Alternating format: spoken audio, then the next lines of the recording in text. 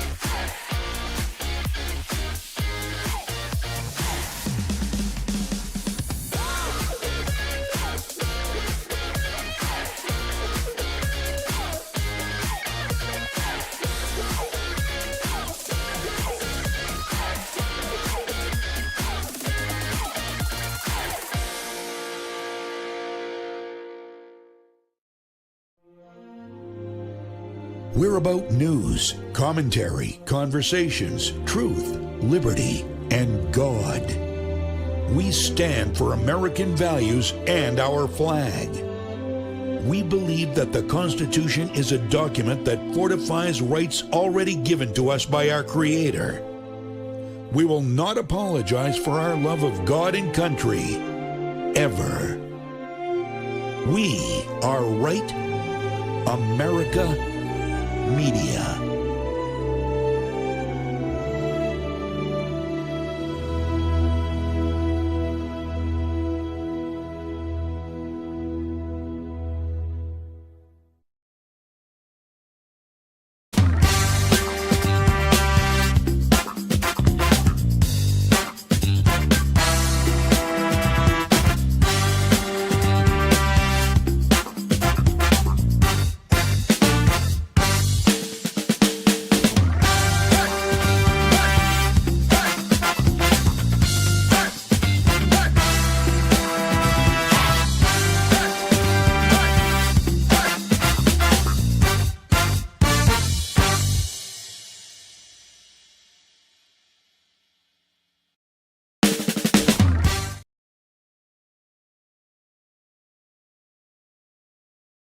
I'm not here to tell you to buy American Eagle jeans.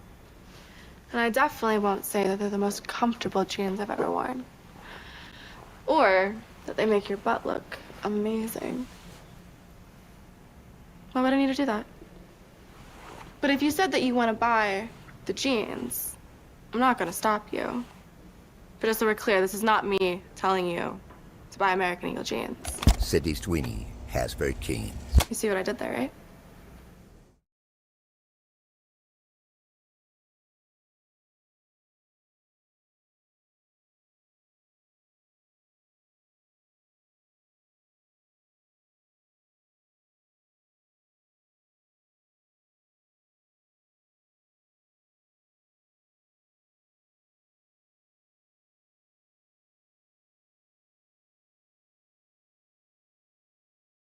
going to be pissed off that you're pissed off. Let's just keep the cycle going. Welcome to a brand spanking new edition of Granite State Live. I'm going to say it's good to be back here in the saddle after, I don't even know how long it's been. Has it been 4 weeks? I lost track, to be honest with you.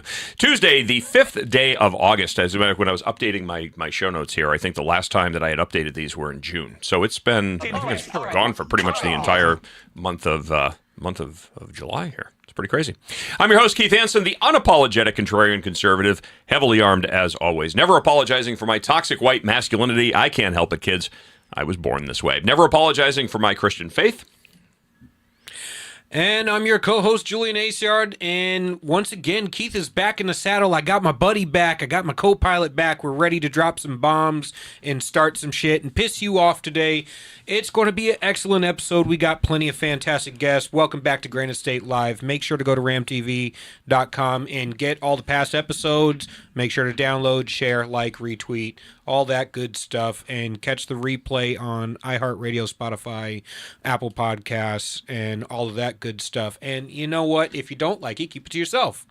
No, actually, if you don't like it, tell us, because I'm more than happy to listen to people bloviate about what they like and what they don't like and what they think.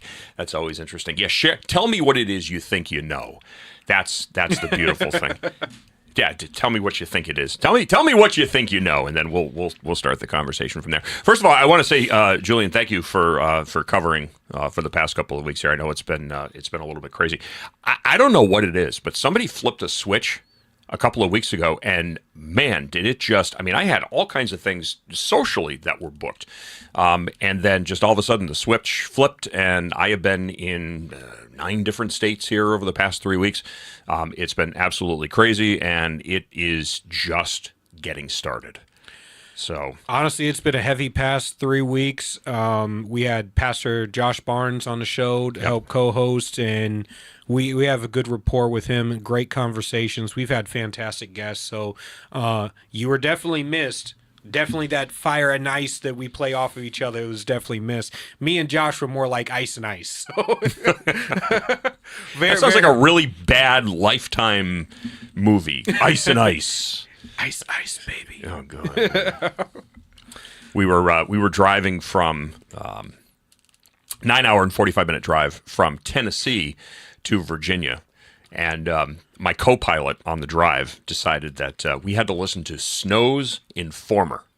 Really? And try to figure out what the lyrics were. That was the challenge, was listen to Snow's Informer and try to figure out what the lyrics are. And I would like to know, and actually I did figure this out, you licky boom boom down, that's the last, and I was always thinking, man, that just sounds like the most obscene. It's actually, licky licky is a Jamaican slang term for a gun. Yep. And then down is, of course, murder. So licky boom boom down is you murder somebody with a gun. It's like, well, okay, so I am brushing up on my Jamaican ghetto slang. I feel so enlightened. My horizons have been expanded and broadened in a way that I just never gave a rat's pajamas about. So that's. But you know what music back in the day used to have? You used to use euphemisms for doing things, whether it's sexual, whether it's violent, and it made it more easy to listen to, more enjoyable, because it was just fun. Yeah. Most people didn't.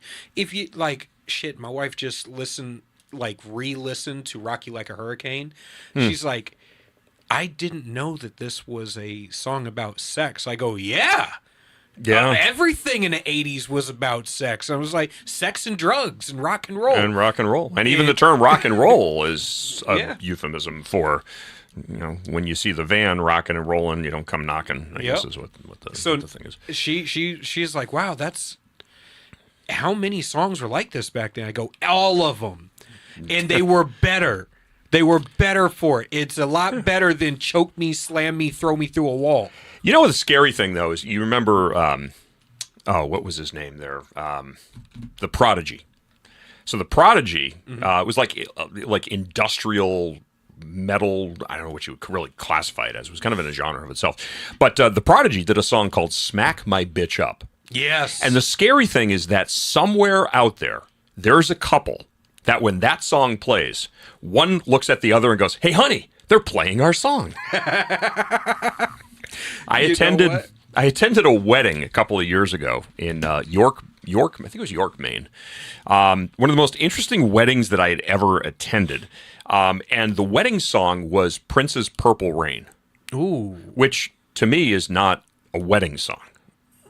Yeah, you could say that. That would be right up there with like playing Mustang Sally or Dirty Diana or Little Red Corvette. It'd be like, I don't think this fits the moment. Scenes from an Italian Restaurant by Billy Joel. And they're talking about, what's her, I forgot what the character, Eddie, Brenda and Eddie, and how they wind up divorced and all that. It's like that. It's like, I never meant to hurt you. I never meant to cause you any pain, from Prince. Yeah. Again, not really a wedding song, but the wedding started 2 hours late because the preacher who was supposed to be officiating the ceremony wound up rolling her car 3 times on 95 on the way up from the great Commonwealth of Massachusetts. So the brides, this is an older couple, they were both their second marriage. The bride's son ran back to the hotel, got on the Universal Life Church website. Oh, God. Put $29.95 on a credit card to get ordained as a minister, and then officiated the ceremony. Hey, I am a member of the Universal Life Church. I have been ordained as a minister. I can marry you. I actually, back in 2021, I married my dad and my stepmom. Really? Okay. Yep. That's officiated their ceremony in my backyard. Forgive me, Father, for we're about to sin. So.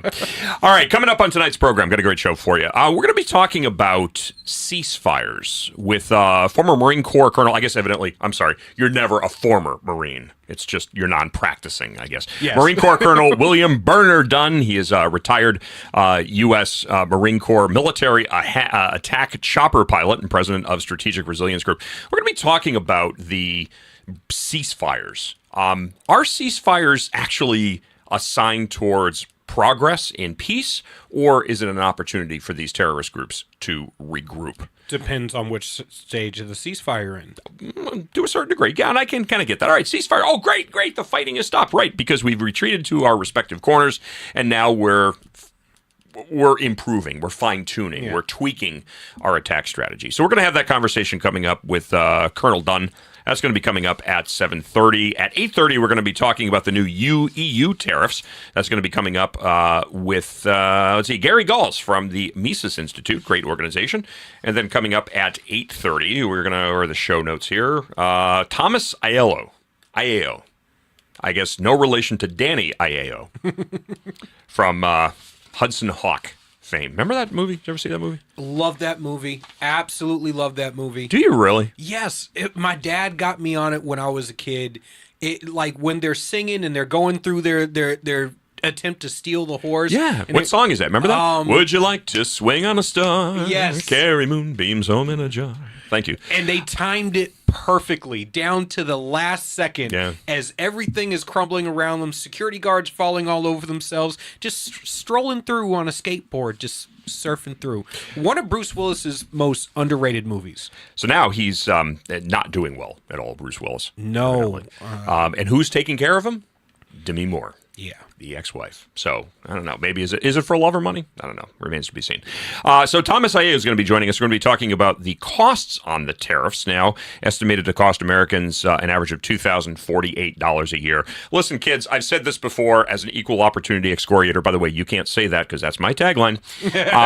As an equal opportunity excoriator, I don't give a rat's ass if you're a Republican or a Democrat. People are out to screw the American people. That's the bottom line. A lot of things that we were expecting to see with Trump, we're not seeing. I'm going to go out. I'm going to go out here on a limb, and I'm going to say I think that Trump is complicit in what's going on with the Epstein files, because you're either a part of the solution or you're a part of the problem. And if you're not releasing the information, what are you trying to hide?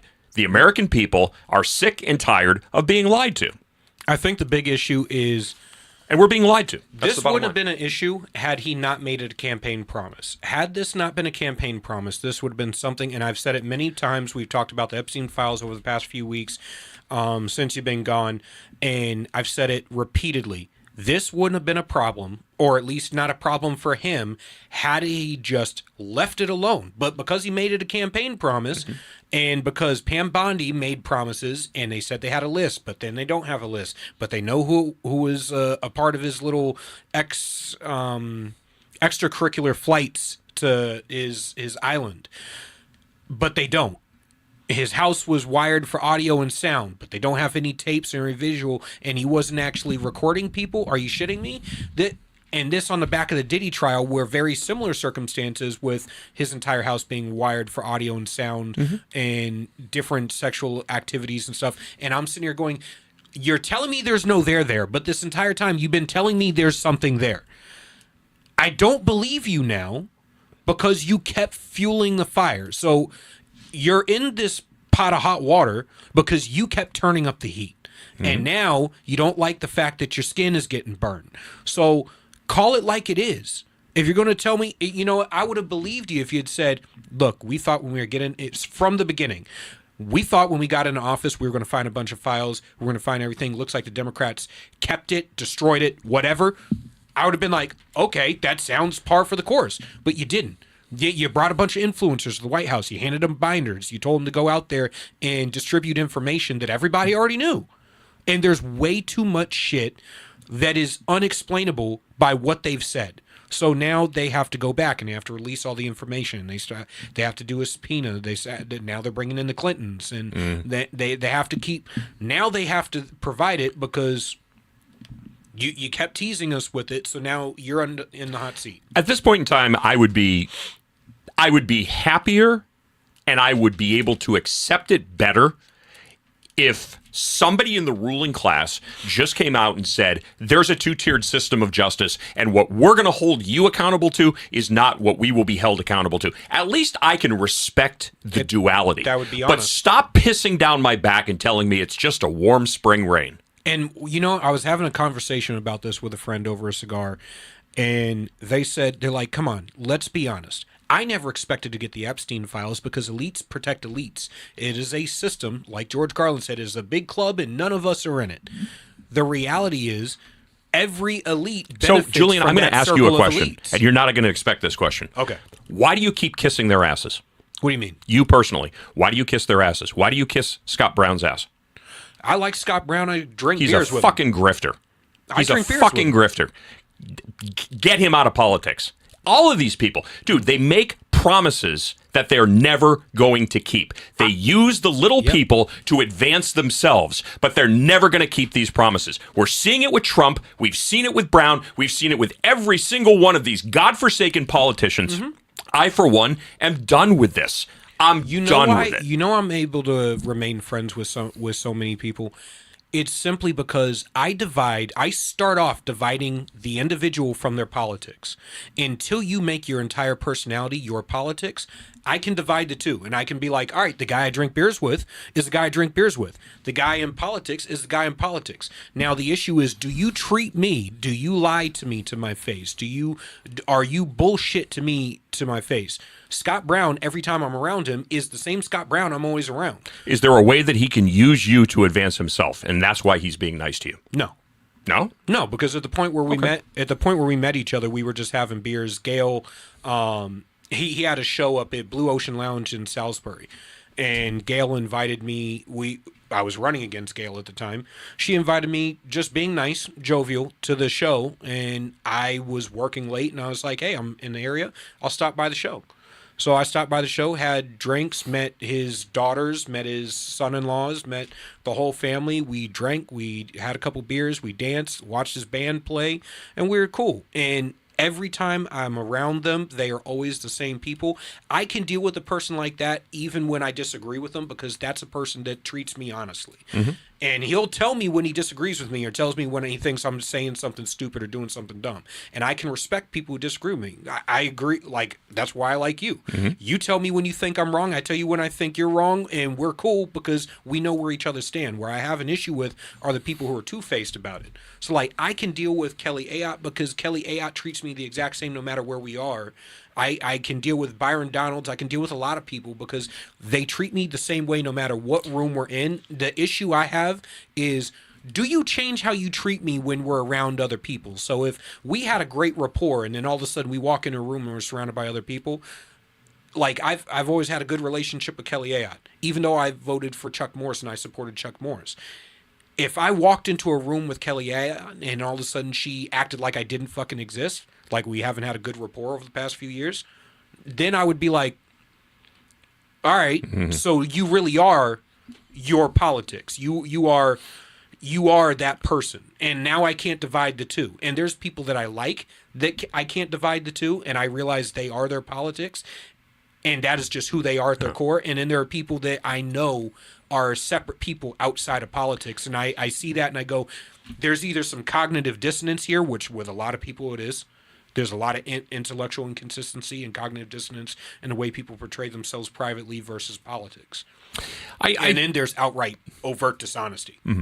I've seen. I've interviewed more politicians, candidates. I've interviewed more sitting politicians. One who was the Massachusetts gubernatorial candidate down at CPAC? Jeff Deal. Jeff Deal. Thank you. Do you remember that? Remember that? Oh, yes, I do. Because you ripped him a new asshole, and then I had to follow up the interview. No, you know what? No. I didn't rip him. It was the way that I said. Question was to me. I know. Well, to him, I remember. No, right after you excoriated him. You know what your first question to me was? What? All right, Julian.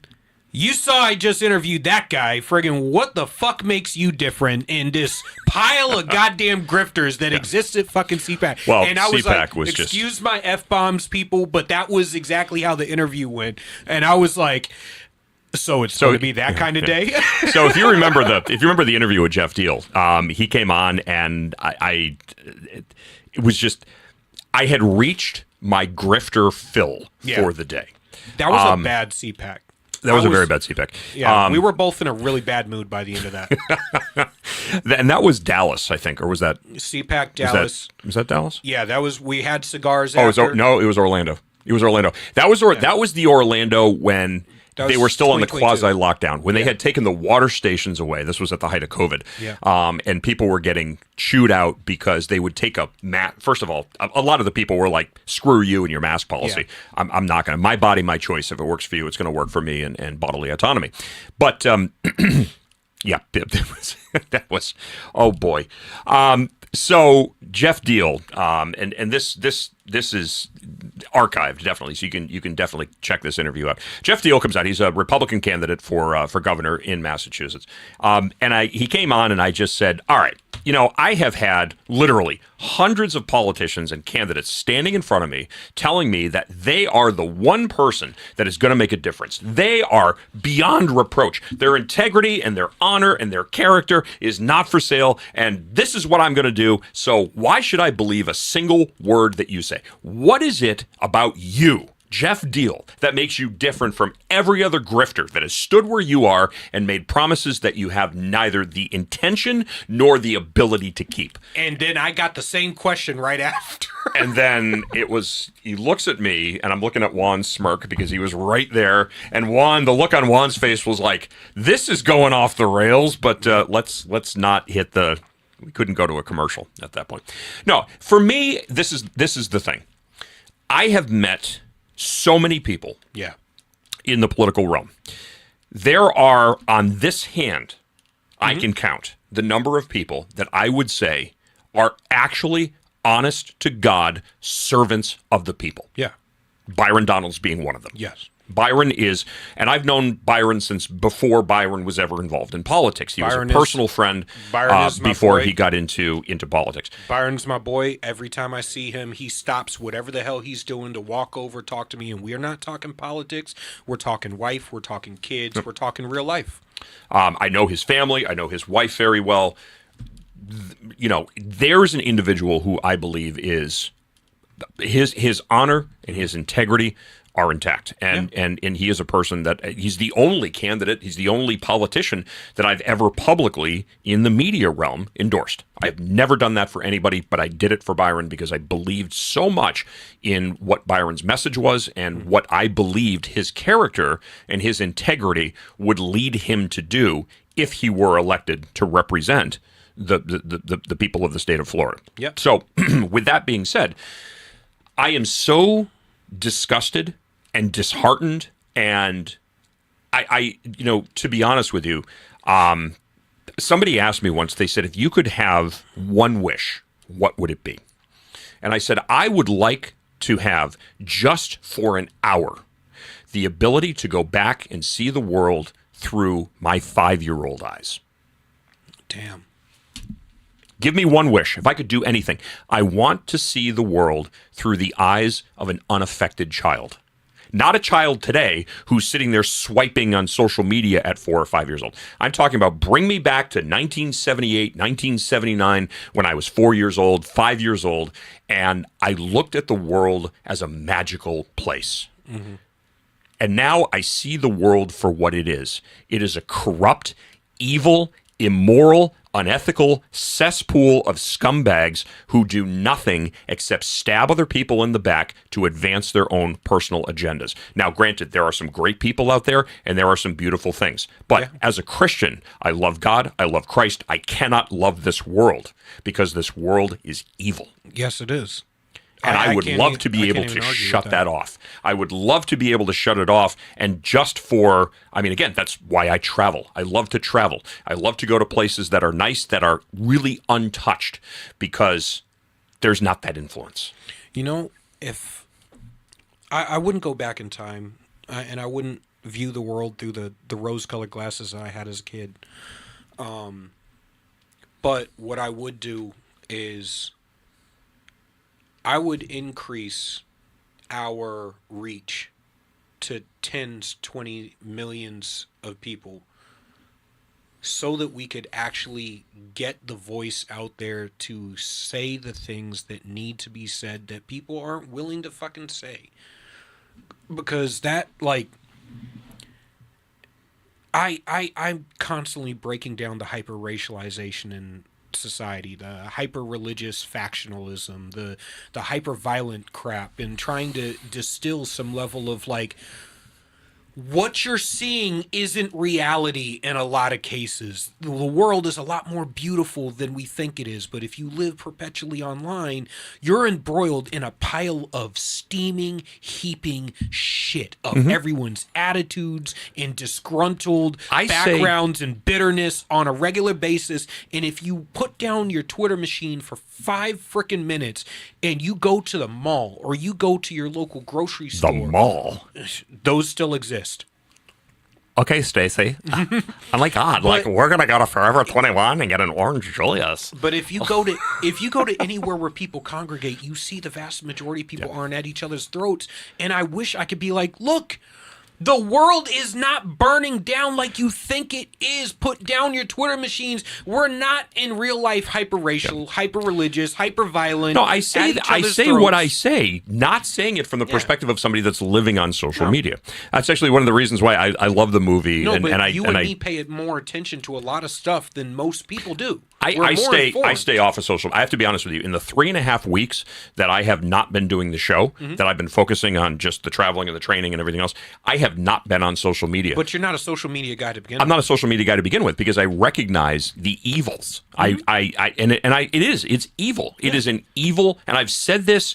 I've been saying this consistently throughout my career as a broadcaster. Voice of some level of nuance and brevity, because I see everybody's perfectly willing to throw everything to the side to grift off of this stuff. Yeah. I'm going, so is this a race to the bottom? Or the whole world's flushing down the toilet and we're racing to see who's going to be the skid mark on the bottom of the toilet? All I'm going to say is this: you watch Mike Judge movie Idiocracy. Then you look at where we were 10 years ago, you look at where we are today, and you look at where we're going. You see the progression. Idiocracy is absolutely a frightening, it is a terrifying prognostication of the direction that we're going. We're not getting smarter. I think 20 years from now. We're getting dumber. Oh, yes. Especially with the emergence of AI, we're actually seeing studies come out showing the more people use Grok, ChatGTP, all these things, the dumber they're getting. And the reason why is because they're using it to think for them. They're not using it to enhance their thinking. Correct. Like, when I use AI, I use it to enhance my thinking, to learn things I didn't learn. or or to do the research that otherwise would spend days searching on web when I could type in a prompt and get all the research at once so I can learn faster. Yeah. I use it because I'm addicted to information. Like Johnny 5, I need input. I'll tell you this. I went and I had to buy a new laptop yesterday. So went to Best Buy. My wife was with me. We were talking about it. With the sales clerk said, "Oh, and this computer has Copilot." And my wife says, "What's Copilot?" And he says, "Well, it's like an AI. I use Copilot when I can't write good and I need it to sound better." And it was like, okay, God. Yeah, exactly. So hey, listen. You know what? Learn the trades, kids, because plumbing and air conditioning and heating and everything else like that, AI is not going to be replacing those jobs. But AI is going to be replacing all the people who are told, "Now go learn coding," is it's going to be a great career. All right, we do have to take a quick commercial break. When we come back, Marine Corps Colonel William Burner Dunn. We're going to be talking about ceasefires juxtaposed with chaos. Don't go away.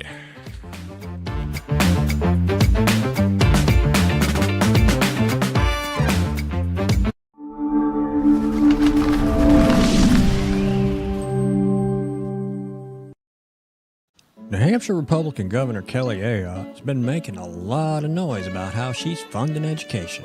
The Republican budget she just signed provides more money for education than ever before. She even bragged the other day that New Hampshire is top 10 in the country when it comes to funding our children's education, as if giving money to school systems has anything to do with learning. If you look at the math, and if you got schooled in New Hampshire, the odds are good it's not your best subject. It's the exact opposite. The more money we throw at schools, the less kids learn. We're committed to wasting money on an experiment that failed, unless wasting money to drive parents to homeschool their kids was the goal. We prefer to pick on Democrats, lower hanging fruit and all that, but our rhetorical woodshed doesn't discriminate. If that sounds refreshing, you need to check us out. This is Steve McDonald for GraniteGrok, and we'll keep shining the light on them for you. Would you rather spend time with family and friends in the pool or at the barbecue rather than landscaping your yard? Well, Augusta Lawn Care is here to help you with all of your landscaping needs. Proudly serving southern New Hampshire, we handle everything. Weekly mowing, spring and fall cleanups, bush trimming, mulch installs, lawn treatments, aeration, dethatching, and even snow plowing and salting when the dreaded winter hits. Call Augusta Lawn Care today and let your yard be the best looking yard on the block. Call 603-331-4768. Augusta Lawn Care, locally owned, professionally done. Call 603-331-4678 or visit us online at AugustaLawnCareServices.com/Londonderry. That's AugustaLawnCareServices.com/Londonderry. United We Stand, A Marine's Fight. Written by Julian Aiello. I wrote this book to decipher through the tumultuous political dialogue and political gangbanging we see on both sides of the aisle between politicians, activists, influencers, and pundits, and get down to brass tacks solutions in order to save our republic. Again, United We Stand, A Marine's Fight, written by Julian Aiello. You can purchase the book on Amazon, Kindle, and Barnes & Noble.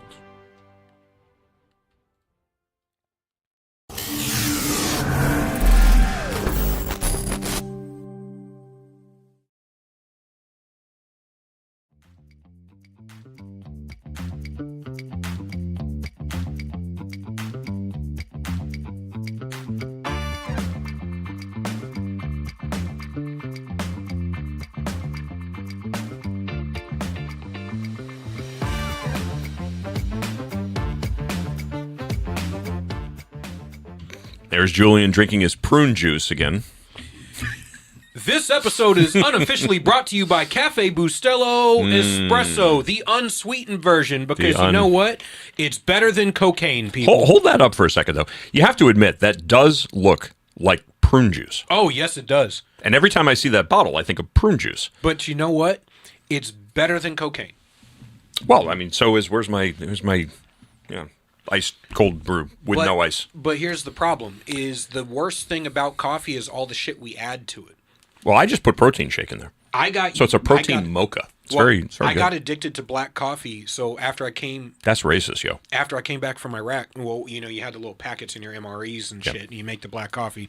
But over there, the Iraqis had chai tea, and chai, and their coffees were fantastic. Come back from Iraq, and none of the coffee in the United States tasted the same. The beans suck. The Dunk's coffee sucks. Starbucks coffee sucks and comes with a dose of condescension and friggin' bitterness from some frickin' hippie with a scarf and a man bun. So I got addicted to black coffee. I could pour this shit in my house and I could drink it all day, and it keeps me alive. Caffeine and nicotine is what keeps Marines going. I get oh boy. So we got two Marines in the room here. So, and I'm not one of them. So evidently I'm outnumbered here. I'm just going to say this, and I suspect that Burner is the same way. I like a cup of coffee that tries to steal my wallet. That's what I want. I've had great cups of coffee that are extremely expensive, and I've had great cups of coffee that are super cheap. All right, how do you like your coffee there, Colonel? Hey, how you doing? You know what's funny is I'm not as much as a coffee drinker as one might think. I'm more of a Diet Coke energy drink kind of guy. Diet Coke energy. Okay, no. All right. So you're an aspartame junkie. Oh yeah. Okay. That's right. All day long. All right, Marine Corps Colonel William Burner Dunn, military attack helicopter pilot, president of Strategic Resilience Group, and author of Gunfighter's Rule. Wanted to get you on the program here to talk about these ceasefires. Whenever there's a ceasefire, there's a skirmish, okay? Whatever, you got Iran and Israel, and then there's a skirmish, and then there's a ceasefire, and people are like, oh, look at this. This is due entirely to the skillful diplomacy that's executed by all of these politicians and these foreign policy specialists here. But you see it a little bit differently. You see these ceasefires as perhaps an opportunity for these different groups to go back to fine-tune their attack strategies and to come back swinging twice as hard. Or am I misunderstanding you? No, that's exactly right. And the reality is this, a ceasefire is not a truce. Okay, a ceasefire is usually when an action takes place between one or two adversaries, right? And sometimes there could be three or four partaking in an event, but typically we'll just go with two. So you got two adversaries out there, one's trying to get the advantage of the other, and sometimes the ceasefire is because one is now at a disadvantage and they're waiting, they're trying to buy time, whether they're trying to buy time to bring in weapons, reinforcements, or it's possible they're just getting their butt kicked and they need to stop so that they don't lose. We put too much, I guess, effort and belief when you see something go down as a ceasefire that the war ends. And, we've seen over history, time and time again, that's not the case, especially, in the Middle East. So this is more of just a headline to grab the news and to pump up the accolades of the administration. Is that's what you're saying, correct? Well, it's better than continuous fighting, if that makes sense. So step in the right direction? It's a step in the right direction. It can be. And so when you have a truce, that also gives time for the third party, in this case, in many instances, United States, to come in there and sort of offer, whether it's sticks or carrots, to one or both sides to prevent this flare-up from coming again. Now, if you look at Gaza right now. How many ceasefires have we had? I can't even count them. I can't even count them since October 7th, since the hostilities began. We've had several, and they're still blowing each other up, and the fight goes on. I think we will see that. We have the 8th of August coming up very soon. We're supposed to see some action in the Russia-Ukraine war. We'll see how that plays out. But I think pushing to the ceasefire is the right direction. The problem is we just cannot get fooled into assuming that it's an actual truce. Until it's an actual truce and it bears the test of time, then I look at it with a jaundiced eye, expecting one of the players to take advantage of this time off, if you will, and then react in a negative way. I think that's a very reasonable and measured approach.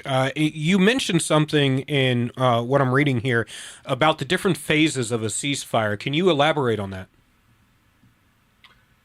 Well, yeah, ideally, when you get to the final phase, you transition, the military transitions everything over to government control, whether that's the government of the U.S. or ideally it's the adversary government. The problem is when you look at some places, like look at what happened in Baghdad, Iraq after OIF won. we really couldn't turn it over. There was no government. So we ended up being there for 20 years. And, I still have people that are in Iraq today supporting our brothers and sisters in combat and in different ways. And they are in harm's way. But the reality becomes when you turn over to a civilian authority, you have to have a legitimate civilian authority. Yeah. If you don't have a legitimate civilian authority, what you're going to have is chaos, humanitarian crisis. And, a lot of people ask me, do you think we should have done a regime change in Iran? And my answer was no, absolutely not. Let the Iranians do a regime change, because if there is a regime change and you get a incapable government in there, then you're going to have a massive humanitarian crisis, and we don't want to get involved in Iran. You mean worse than what it already is? I mean, you've got the Ayatollah, who, by all reports, I mean, and you've got intelligence sources that are saying this guy spends half of his time stoned and the other half sleeping. So, I mean, it's more of a failed state. Would you agree that the Islamic Republic of Iran right now is the equivalent of it? It's not even a third world country; it's a fourth world failed state. I don't think it's at the failed state level yet. When there's a failed state, the next step usually is going to be a vacuum persists, and then you're going to have other entities come in. This is what we're going to see in Syria, I'm sure. We've seen this in Afghanistan. What will happen is you will open up a vacuum of power where they cannot protect themselves, if you will, and then a terrorist organization could come in, run rampant over there, and then the government, whatever government is, cannot go in and stop them. And that vacuum is what you always want to prevent. And then on the humanitarian side, at least right now, and I've never been to Iran, but I have a very close personal friend that family is from Iran, and she said it's terrible over there. But the reality becomes they're not starving to death right now. Does that make sense? They're not starving to death. They're not having a Gaza humanitarian crisis in Iran. And I think we want to prevent that, not only because we want the Iranian people to embrace the West, if you will, and get rid of their regime, but they need to do that on their own time. So let's relate this, because you and I both served in Iraq. Let's relate this to Iraq. Do you think that we should have deposed Saddam, or that by deposing him, it left a vacuum in the region, and we get exactly what you just said, is a government that was ineffective, leading to the resurgence of ISIS and second rise of the caliphate? Well, yes and no. Okay, and I talk about this in Gunfighters Rule quite a bit. We went into Iraq in OIF-1. Getting rid of Saddam was the right call. The problem is then we are directed to fire the interim government. So I shifted out of being a forward air controller in OIF-1 to being running the Civil Military Operations Center in Karbala. And one day I got a direct order from my battalion commander, and he didn't want to give it. But he said, hey, Burner, we got to go fire the temporary government of Karbala. And we have been working with these men and women, I guess, there were no women there, but we have been working with these men, and they were smart people. They knew how to govern. And we've been working with them very cohesively. And then we had to come in one day and say, you're all fired. We fired them. We fired the military. And then what you had is that became the power vacuum, because you had no one governing. And then you have, thousands upon thousands of young men with nothing to do. And then you have ISIS, Al-Qaeda Iraq come in and say, hey, let's go fight these Americans. And the young men had nothing better to do. They believe in the martyrdom system. And next thing you know, we're doing a 20-year fight. And I believe this. I think every Lance Corporal that was in Iraq during OIF-1 knew it was not a good idea to fire the government and fire the military. But, we had to do that because our ambassador ordered us to do it, and we did it. So, and that's what started our 20-year war. What do you think led to that? Are you privy to what decision led to the decision to get rid of the government of Karbala? Why? What was the motivation for that? How did they not see how the chips were going to fall? Was it a lapse of understanding of the culture of the region? Was it bad information from the military-industrial complex? Was it bad intel? What was it? It was a bad political decision. Okay. They tied what I believe. You've heard the term denazification. Yes. From World War II, right? Mm-hmm. They tied that to Ba'athist. What people did not understand is everyone that was, if you will, educated in Iraq at the time was a Baathist. Yep. And so we did de-Baathification. And so what you did is you took your educated level. If they do have a caste system. I haven't been back to Iraq in a few years, but they had a caste system very clearly.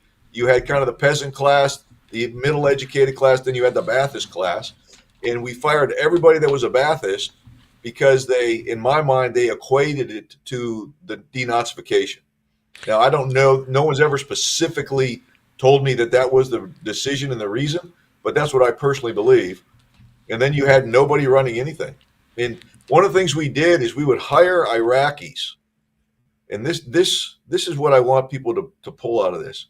We would hire Iraqis to pick up trash because we had all this money to give. The problem is they didn't understand what money was. And they had dinar, but they didn't understand what a US dollar was. And so at one point, I received about $500,000 in $20 bills. And so we would pay $20 bills out to a group of Iraqis to clean trash, which they didn't know why we wanted us to clean trash, because the way they operated is they put their trash in the middle of their city where we were in their little towns, and the goats ate that. And that became how they ran their process. And then they would eat the goats when it came time, or milk them or whatever. So we give out these $20 bills. They don't know what a $20 bill is. And so they were literally tearing them in strips. So I gave, one guy had a $20 bill. He teared it in like 5 strips to share that money with his buddies. And so we realized is that we were looking at this in a Western lens.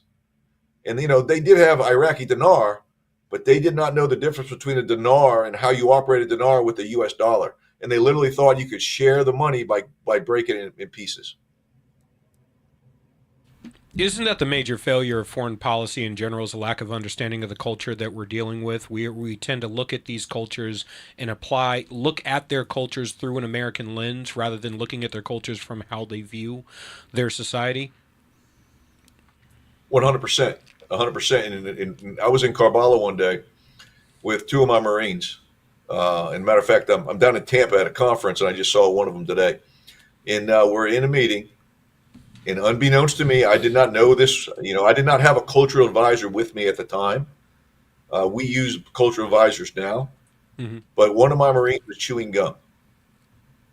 Mm. You know the MRE gum, right? Yeah.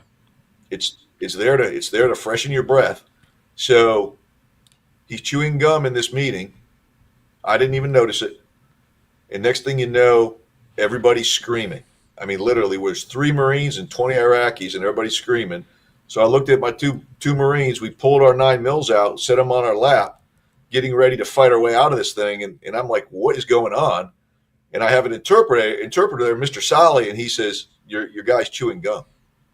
And I was like, so? He goes, oh, that's disrespectful. Yeah. So we had to get out of that. I told the Marine, I said, hey, don't stop chewing gum right now. But when nobody's looking, just swallow it. Because I didn't want to show weakness. You know what I mean? I didn't want to show weakness because this was right after OIF 1. The bullets were still flying a little bit. I didn't want to show any weakness. So we sat there. We calmed it all down. The interim governor kicked everybody out of the office but the 3 Marines and him and one other person. A few days later, we never saw that man again. Just gone. Damn. They said he had taken ill. Now, I don't know if he was really ill, but I don't know if they whacked him out or what. But all I know is we didn't see him again. I honestly, I can't disagree with your analysis of the Baathist issue. That was one of the issues I brought up. I was later in Iraq when we already had the cultural immersion classes and stuff. So when we went over there, we had an idea of how the culture operated, and I took it on myself to study the culture, so I knew that I was not going to create an issue.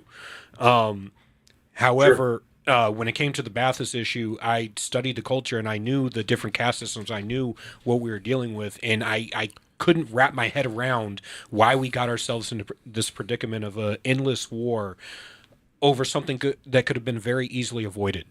And I saw the same thing transpire in Afghanistan. I see it likely to transpire in Iran coming up soon.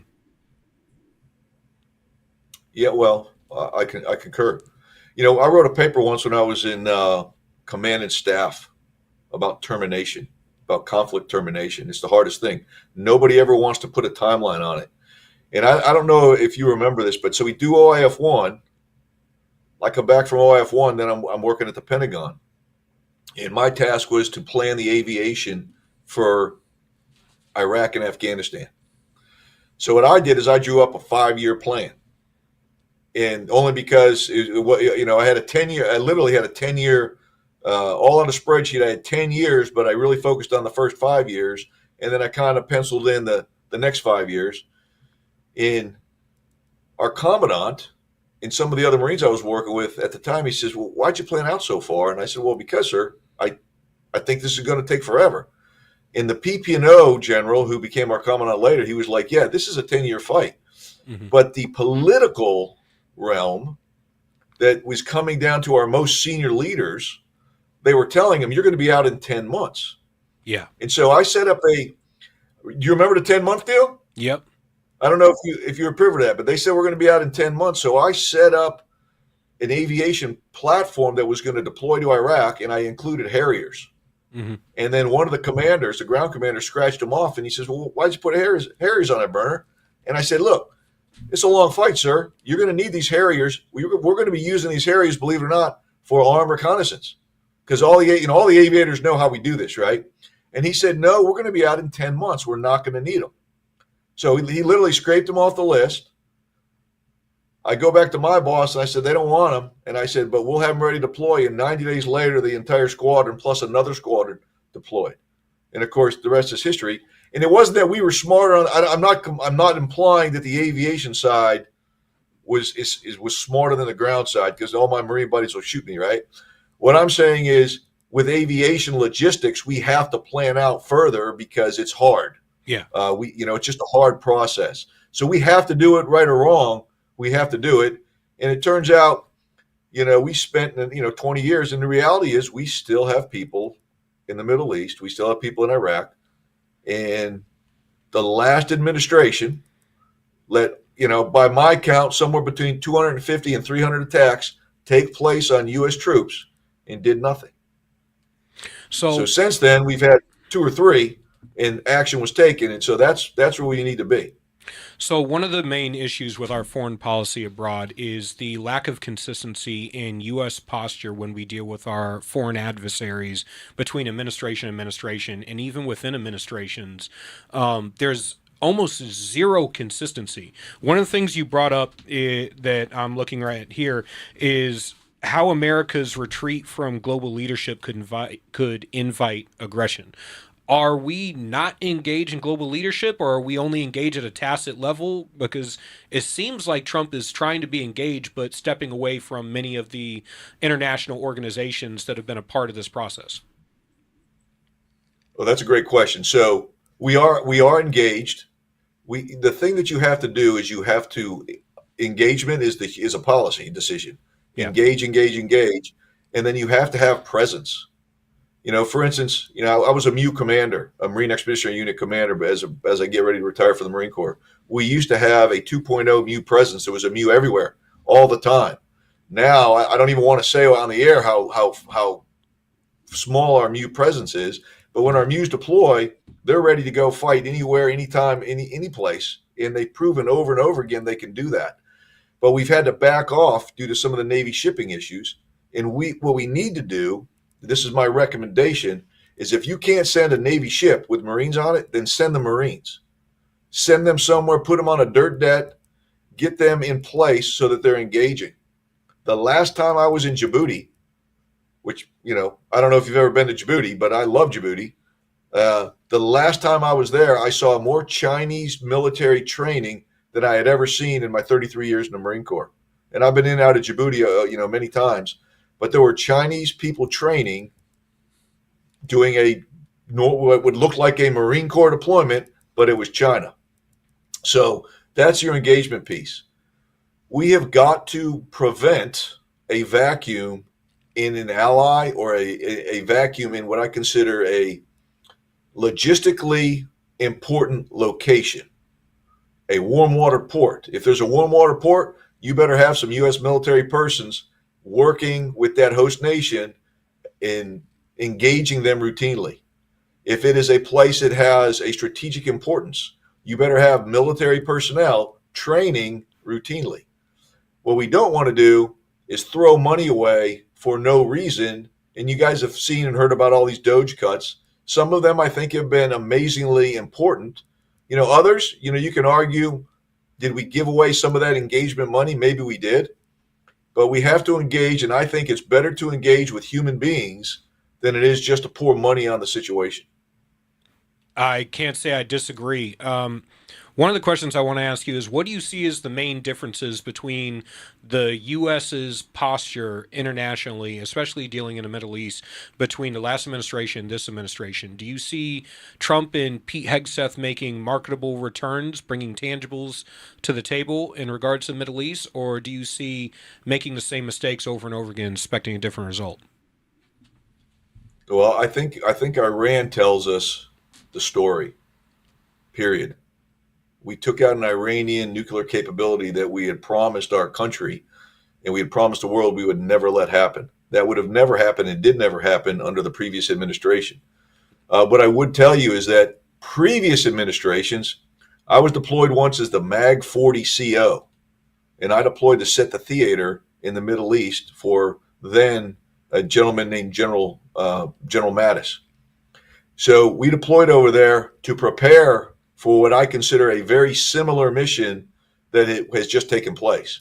So this theory of we're not going to let Iran have a nuclear weapon is decades old. It's not months old.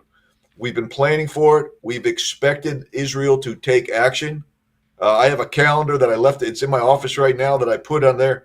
There was a specific date and time that I thought they were going to go. And this was all the way back in 2012. And I put a little marker. I said, war begins. And I still have that sitting in my office in Stafford, Virginia, just outside Quantico.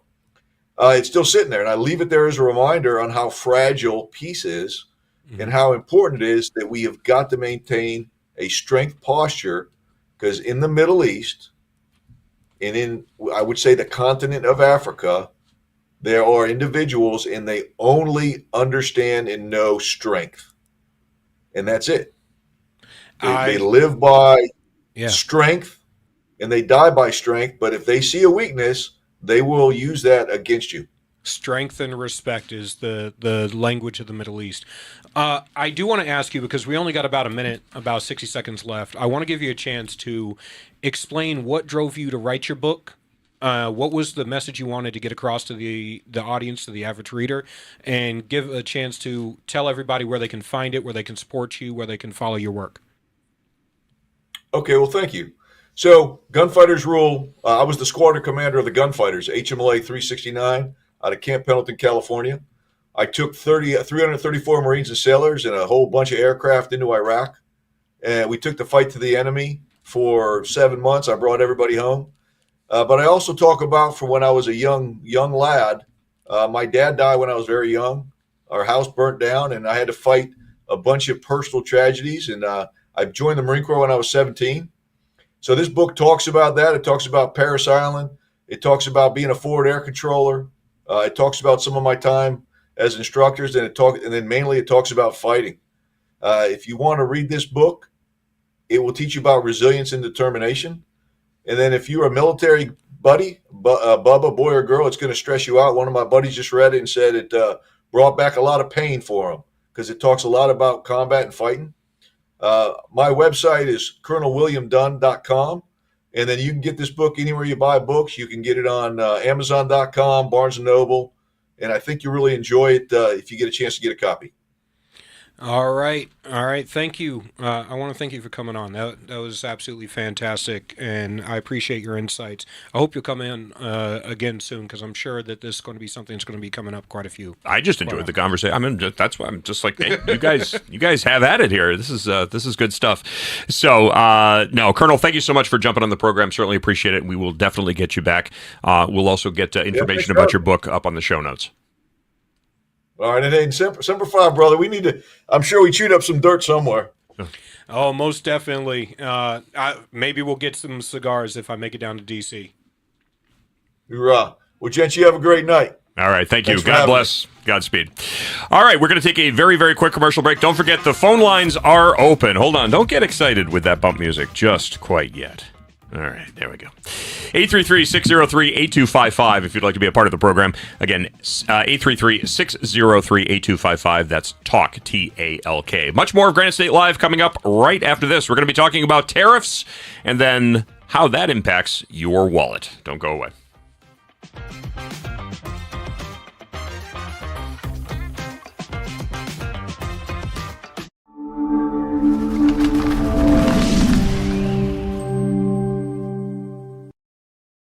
New Hampshire Republican Governor Kelly Aiello has been making a lot of noise about how she's funding education.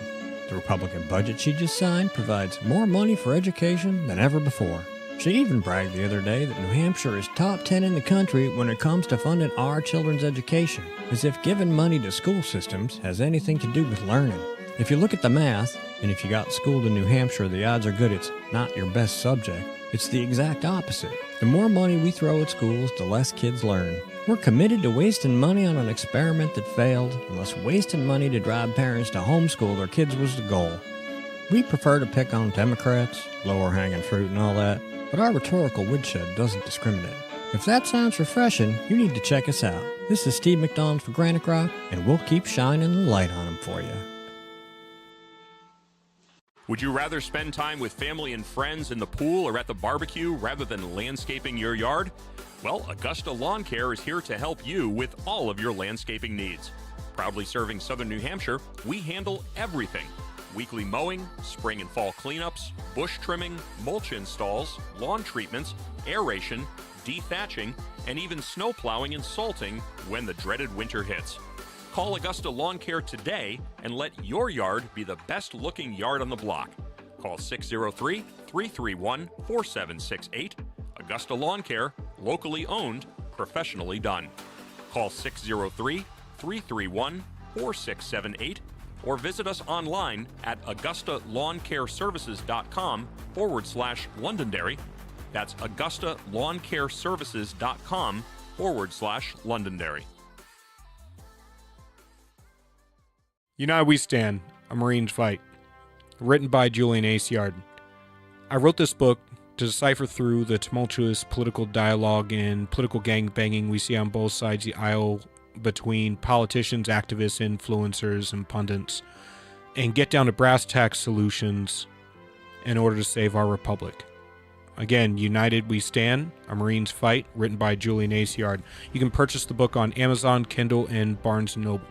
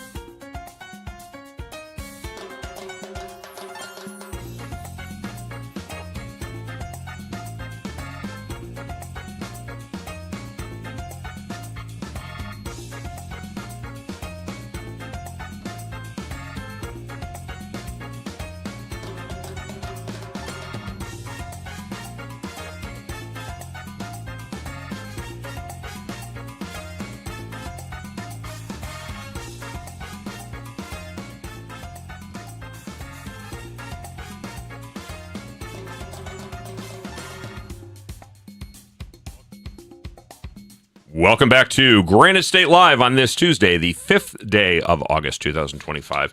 It is absolutely frightening how quickly this summer has gone by. We're already 5 days into August. Where the hell did it go? Dude, by the end of the month, kids are going to be back in school. It's going to be buying school supplies and school clothes all over again. I'm not ready for it. Dude, they're already doing pumpkin stuff. Yeah, I'm seeing Pumpkins. I'm seeing pumpkins. Halloween's. That's October. I'm seeing Halloween stuff in Walmart and shit. No.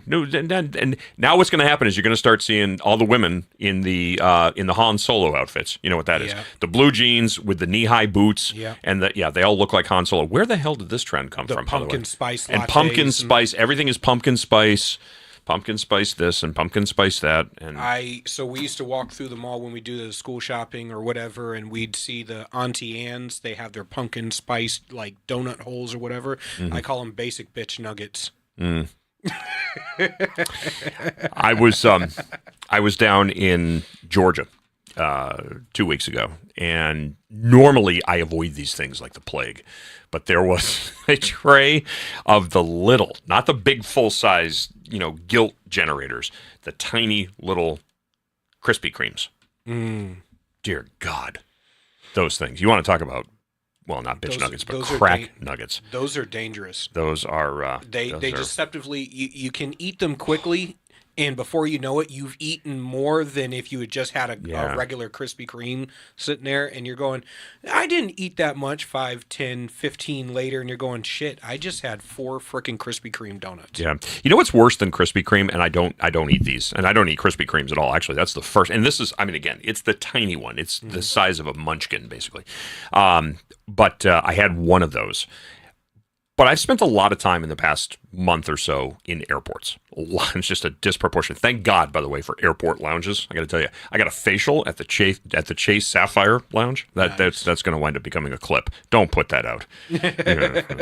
No, it's great. You get a massage and a facial for free, and there's free booze, and there's free. It is absolutely the only way to fly is with airport lounges. But I'm walking through the airport, and I smell the Cinnabon. Ooh. Now, the Cinnabon is an interesting phenomenon in American culture because you see people looking wistfully at these. They're not little. They're big. Massive. And you see people eating these things. They go up to the counter. They're more than happy to hand over their money. And then they get their Cinnabon and they go and they sit down. And then it's the transition from the anticipation to the fat-induced rapture, followed by the shame and guilt and disgrace as they bring their tray back and they throw their little packaging out and they walk away from there looking like, what the hell did I just do? It's like watching an alcoholic who just fell off the wagon after 20 years of sobriety. The shame, the disgrace, the just the self-loathing that comes with eating a Cinnabon. Right after I got off, fascinating to watch. We lived in Temecula, California, just north of base, and there was this Mexican pastry shop right across, this Mexican bakery, a great family, and their thing was, we have a Cinnabon twice as big as Cinnabon. And you walk in, and it's like this, and it's slathered in icing. And I ate one once, and I was like, this is the worst sugar headache I have ever had. I feel horrible for eating this. I need to go work out 5 times just to get rid of this. Now, and talking, so if I were to say to you, the Cinnabon is how Slippin' Jimmy gained the confidence of the security guard, would you know what I'm referencing? No. Better Call Saul. I've never watched that. Oh, you got to watch that movie. Or that series. Fantastic. Never watched Fantastic. I like Better Call Saul, Breaking Bad, all those series. I never watched them. Yeah. I think the Better Call Saul. I grew up around a lot of in Dayton, Ohio. I saw a lot of crack dealers, drug dealers, and shit like that. It just, when I saw a lot of those shows, I was like, this isn't shit I want to fucking relive. Yeah. Now, I got to say, Breaking Bad was a pretty good series, but the Better Call Saul, as a spinoff, was better than, I think, the Breaking Bad series. I've heard great things. Yeah. No, you definitely check it out. If you're in the mood to binge something, binge a Cinnabon, and then just, as you're trying to get out of your Barco Lounger, just pop on a couple of episodes of Better Call Saul. It's a good series. All right, so we opened the show up with this, and again, for the past month, I really have not been paying attention to what's going on. And I got to be honest with you, it's been a blissful vacation from just the flotsam and jetsam that is the cesspool of social media and opinion-based everything. The jeans. I'm not going to stop you. But just so we're clear, this is not me telling you to buy American Eagle jeans. Sydney Sweeney has very keen. You see what I did there, right? So now everybody's got their knickers in a wad over the Sydney Sweeney thing. What is the big deal? Explain to me how this is racist. It's not. The left has run out of things to be offended by, so they have to manufacture offense. And this is how you know that they've completely lost a plot, because even people on the left are going, you guys went too far with this. This was an innocuous ad that ran on a double entendre. Obviously, Sydney Sweeney is a good-looking chick. She has objectively good genes. Good-looking people objectively had good genes. And there was a guy online who tried to tell me, since when has being attractive been a marker of good genetics? I was like, since forever. Having a symmetrical face, having a good height, having a good metabolism, good body, bone structure, stuff like that suggests a level of good breeding. That is, and I'm sitting here going, Beyonce did the same type of friggin' ad years back. Beyonce objectively has good genes. She's beautiful. Halle Berry has good genes. Salma Hayek has good genes. Sofia Vergara has good genes. Margot Robbie has good genes. Monica Bellucci has good genes. I'm sitting here going, anybody who makes this racist is retarded. It's retarded, because nobody is sitting there. Every guy watched that ad and goes, yeah, she's got some damn good genes. Well, how many times when people look at attractive children, they say, "Wow, I mean, that's the result of good genes, of good genetics." It's like the old joke about when a supermodel, and a nerd, they get married and they wind up having children, and somebody's like, God, that's going to be it's going to be amazing, because they're going to have the looks of the mom and the intelligence of the father until they invert it, and then they have an ugly dummy. So, where's my drum roll? Where's my drum roll? Okay, let me do that again. Then they have an ugly dummy. And silence. But you know what? Do you have production experience? Give us a call at 833-603-8255. We may have an opening soon. My kids are absolutely beautiful. My wife is gorgeous. She has green eyes, blonde hair. She's 5'9". I'm 6 feet, brown skin. My kids got they got the looks from both sides. They got the intelligence from both sides. My kids have the perfect blend of genetics from both of us. All three of them are absolutely beautiful. And everybody constantly is like, God, you guys make beautiful kids. And I was like, thank you. I sure hope so. It would really suck if people were like, God, your kids are busted. Well, I mean, how many people would actually say that to somebody? Because everybody goes up and goes, oh, wow, look what a cute little baby you have. Nobody goes up and goes, my God, what a fugly larva you produced. You know how you know when your kids aren't good looking? Nobody says shit. Okay. I don't have kids, I've seen kids with you know. massive foreheads. I've seen kids with beady eyes where they look like they're staring through your soul. I've seen kids that are ugly as shit, and everyone just goes, oh, that's nice. So I'm not gonna put this. It's kind of like when girls go, I know he doesn't look the best, but he's got a great personality. All right. So I'm not going to put this up, and I'm going to ask the producer not to hone in on this. But this is something that I encountered when I was in Georgia. Okay. Oh, Thoughts Lord. on that? What the hell is that? Okay. I just want to make sure it's not on camera. That looks like, oh my God, they look like villains. Well, yeah, but that's, I mean, they're relations, and I would imagine that they're probably relations. They look like villains, or like, they look like Scarecrow from Batman. They look like a villain from a cartoon. Mm-hmm. Like Dastardly Deeds from Wacky Racers. I'll show you a picture. You know who Pablo Escobar is? Yes. Okay. And you know who Ron Jeremy is? Yeah. I'm going to show you a picture of an individual that I met in Georgia. Who looks like if both? Ron Jeremy and Pablo Escobar had a love child, I met this product. Wow. That is a weird mix. It was nicest guy in the world, too. But, man, it's like, I actually said, I'm like, dude, I got to take a picture of you because you look like Pablo Escobar. And he goes, I get that a lot. So, yeah, it was pretty interesting. But going back to this Sydney Sweeney thing, I heard about this and I saw this, and it's like, at least it's not the Hawk Tuah chick. Yes. Okay, could be worse because it could be that rocket scientist. But I mean, again, you've heard the expression before. If everything is racist, then nothing is racist. You know what? American Eagle has doubled down and gone, you know what? They released a statement saying, we have catered to a very small, loud, obnoxious population over the past 10 years, and we're not doing it anymore. Mm-hmm. We're not doing it anymore. America likes beautiful people, and beautiful people sell clothing. Fat, ugly chicks don't sell shit. And you know what? The reality is that what I'm seeing from I'm not seeing a single guy say the friggin' ad was racist. Not one. I haven't seen a single one yet. And all the people who are saying the ad was racist or just some racist dog whistle or some shit like that are ugly, busted, or 500-pound wildebeests that are, that's racist because, no, it's racist because nobody wants to look at your fat ass and your camel toe in a pair of jeans, or in their particular instance, a moose knuckle. Yeah, the fastest people on the planet to tear down a good-looking woman are other women.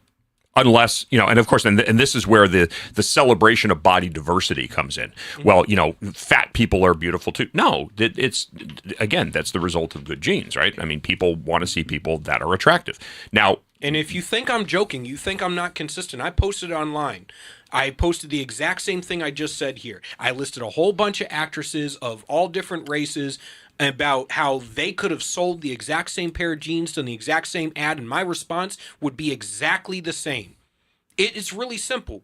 I don't understand why. Well, I understand the idiocy, the griftery, the industry of outrage and rage baiting, and people need to find something to be offended by. Like we were discussing at the beginning of the podcast. Mm-hmm. I understand where it comes from, and at the same time, I'm like, you people need to go into a corner, and you need to be put at the proverbial children's table when it comes to national dialogue, because you're obviously not saying anything intelligent or worth responding to or listening to. But because this continues to be something that they harp on and continues, one side mentions it, now the other side has to retort. Now it's this endless cycle. We have to keep talking about it because for some reason people still have to be offended that some chick put on a pair of jeans and did what women in Hollywood have been doing for decades, which is looking good and selling shit. I was going to say like eating and then vomiting.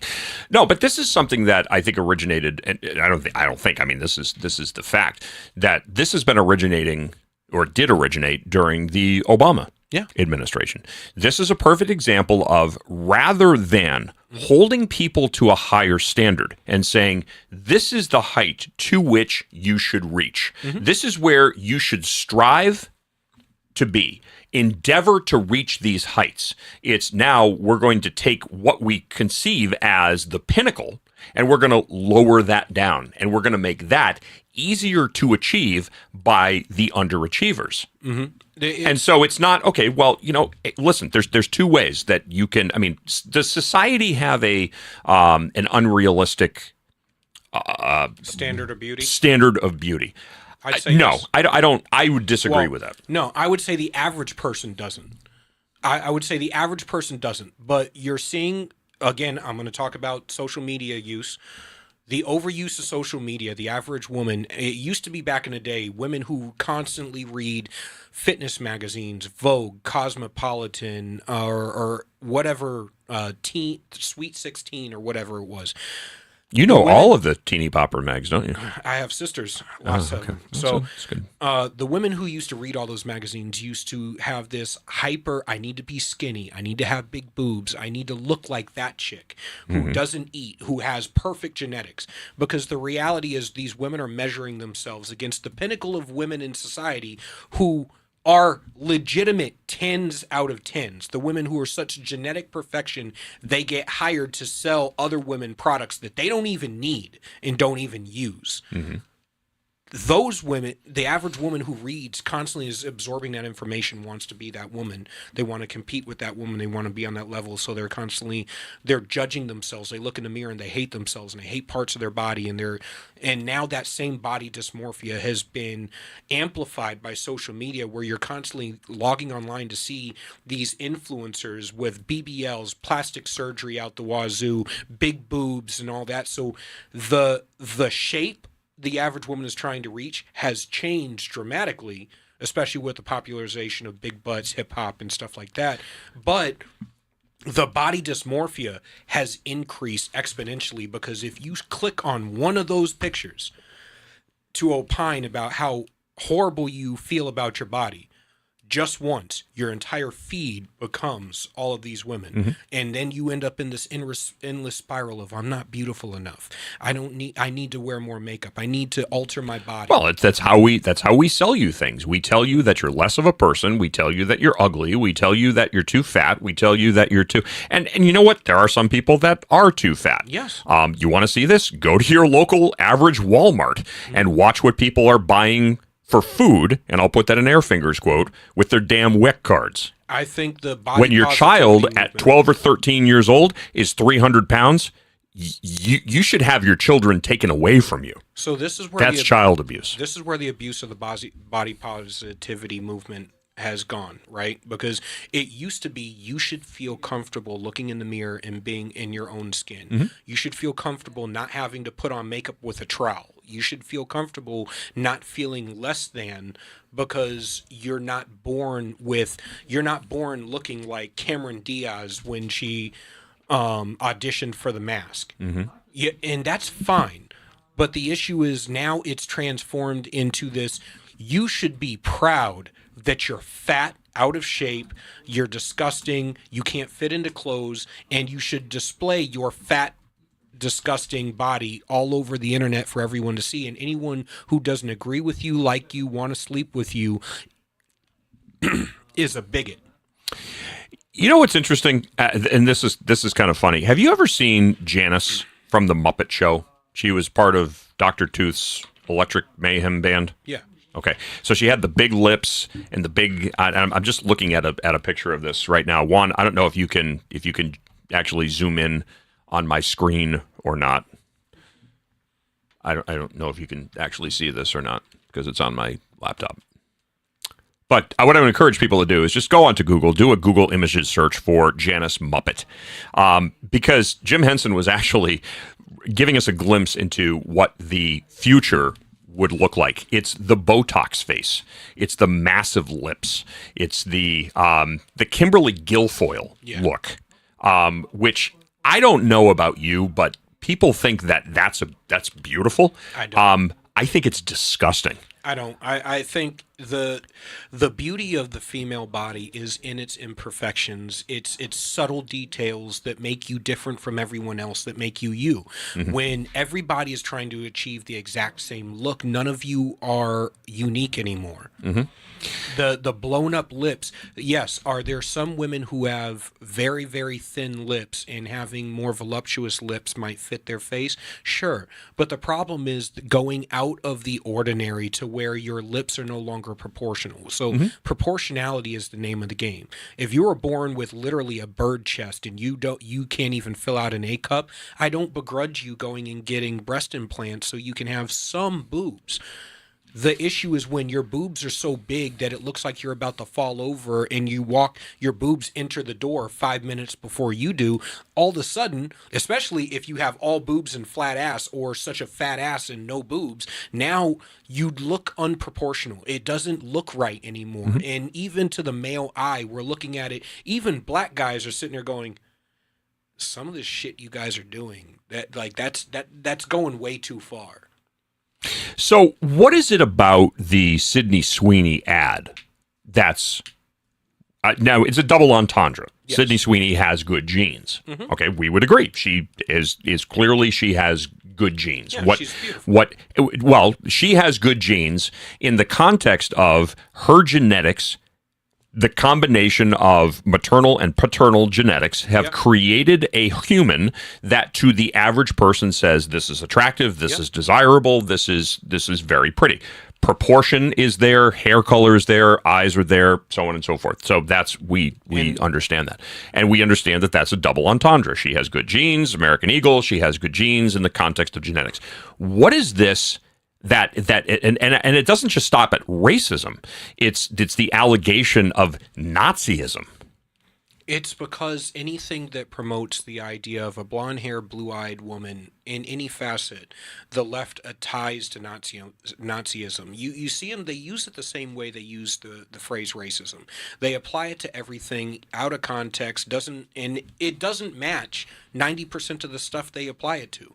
They're not applying it to National Socialists. They're not applying it to policies that Hitler would have imposed. They only apply it to things that promote some sort of heteronormative white society. And the reason why Dr. Karlin Borchenko, we had her on, every tie to race, sex, ethnicity, all that stuff are just vehicles to accomplish Marxism, to accomplish communism. They use it in lieu of class warfare, and their association with white people is with capitalism. Therefore, you attack white people, you attack capitalism. And most of the women that you see flipping out are Marxists. They're radical Marxists, radical feminist Marxists. They're ugly. They grow out their freaking armpit hair, their leg hair. They have mustaches and purple hair. They're just, I don't take these people seriously to the degree that, at least to the, I take them seriously to the degree that they're a detriment to society. The idea that we should make Marxism our and that ties in with what we were talking about earlier. Instead of saying to people, "Hey, listen, maybe you should take care of yourself. Yeah. Maybe you should eat properly. Put down the Big Macs and put down the 2-liter bottle of Cokes and actually, diet and exercise and watch what you're eating and take care of yourself." It's no. We have to force society to see us as beautiful. We don't want to put the hard work in, and that is your typical Marxist right there. Underachieving losers who don't want to do anything. That's Bernie Sanders. I say the same thing when it comes to the trans shit. You cannot force society to be attracted to you or want to sleep with you. You should not shame somebody for what they're attracted to. Contrary to this whole body positivity movement, there are objective beauty standards. Having a symmetrical face, having almond-shaped eyes, having certain eye colors. And I don't even mean that blue eyes, green eyes, gray eyes are necessarily more attractive or more desirable, but they are rarer, and because they are rarer, they are valued. Anything that is rare is valued. Period. Whether it's diamonds, whether it's gold, silver, platinum, palladium, it doesn't matter. If it's a scarcity, it is valued in society as a whole. I've seen beautiful. All right, so we have another. Is it Sydney Sweeney? So it's another Sydney Sweeney video. Let's go ahead and let's throw that up real quick. Back this for your first day.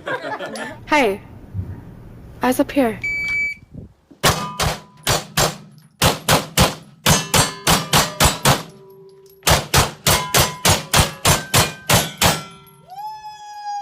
That's hot. Wow. 9:21. Oh my god, girl! Your first time? That was really good. That is hot. Nuts. That's hot.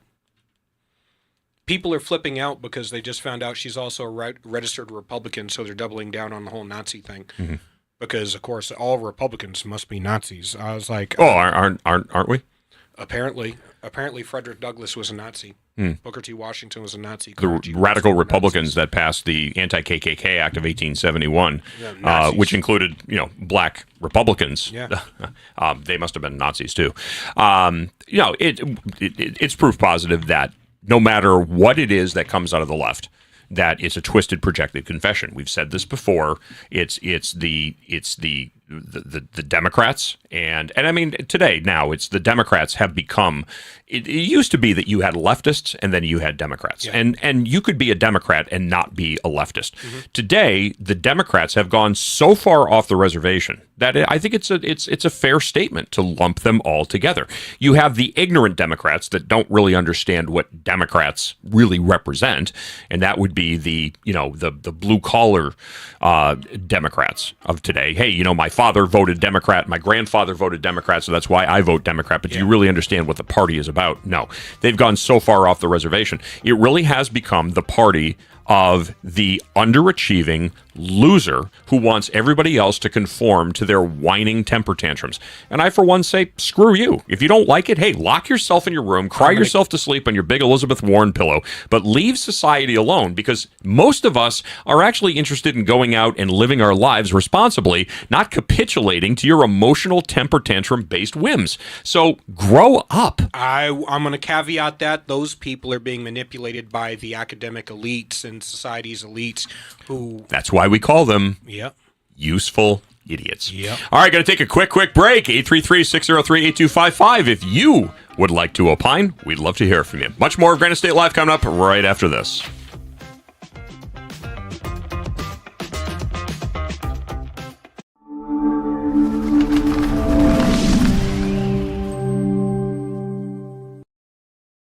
New Hampshire Republican Governor Kelly Aiello has been making a lot of noise about how she's funding education. The Republican budget she just signed provides more money for education than ever before. She even bragged the other day that New Hampshire is top 10 in the country when it comes to funding our children's education, as if giving money to school systems has anything to do with learning. If you look at the math, and if you got schooled in New Hampshire, the odds are good it's not your best subject. It's the exact opposite. The more money we throw at schools, the less kids learn. We're committed to wasting money on an experiment that failed, unless wasting money to drive parents to homeschool their kids was the goal. We prefer to pick on Democrats, lower hanging fruit and all that, but our rhetorical woodshed doesn't discriminate. If that sounds refreshing, you need to check us out. This is Steve McDonald for GraniteGrok, and we'll keep shining the light on them for you. Would you rather spend time with family and friends in the pool or at the barbecue rather than landscaping your yard? Well, Augusta Lawn Care is here to help you with all of your landscaping needs. Proudly serving southern New Hampshire, we handle everything. Weekly mowing, spring and fall cleanups, bush trimming, mulch installs, lawn treatments, aeration, dethatching, and even snow plowing and salting when the dreaded winter hits. Call Augusta Lawn Care today and let your yard be the best looking yard on the block. Call 603-331-4768. Augusta Lawn Care, locally owned, professionally done. Call 603-331-4678 or visit us online at AugustaLawnCareServices.com/Londonderry. That's AugustaLawnCareServices.com/Londonderry. United We Stand, A Marine's Fight. Written by Julian Aiello. I wrote this book to decipher through the tumultuous political dialogue and political gangbanging we see on both sides of the aisle between politicians, activists, influencers, and pundits, and get down to brass tacks solutions in order to save our republic. Again, United We Stand, A Marine's Fight, written by Julian Aiello. You can purchase the book on Amazon, Kindle, and Barnes & Noble.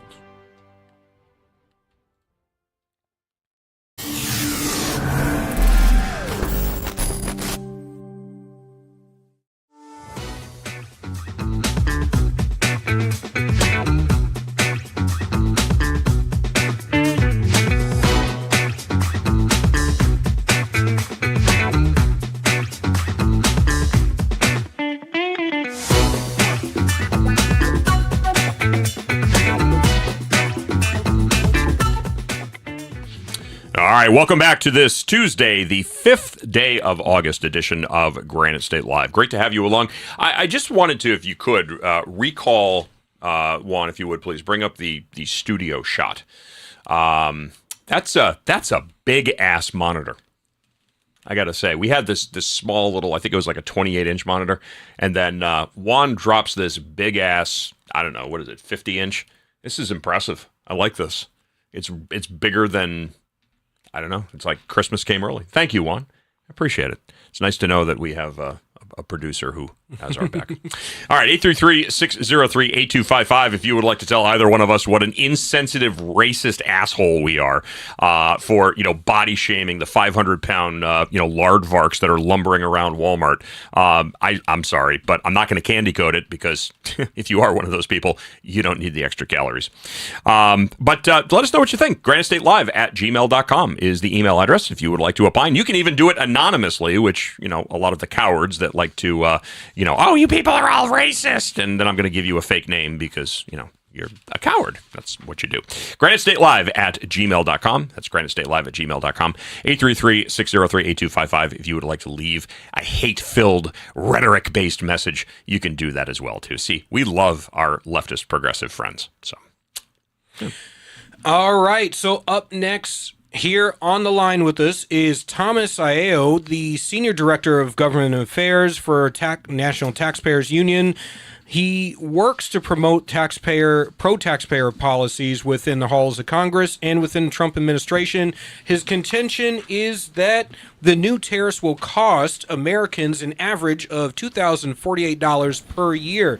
Thank you, sir, for coming on the show. Hey guys, good evening. Thanks for having me. So where the 2,000, we'll just round up and say $2,050 a year. Where are those costs coming from? What is the biggest source of that?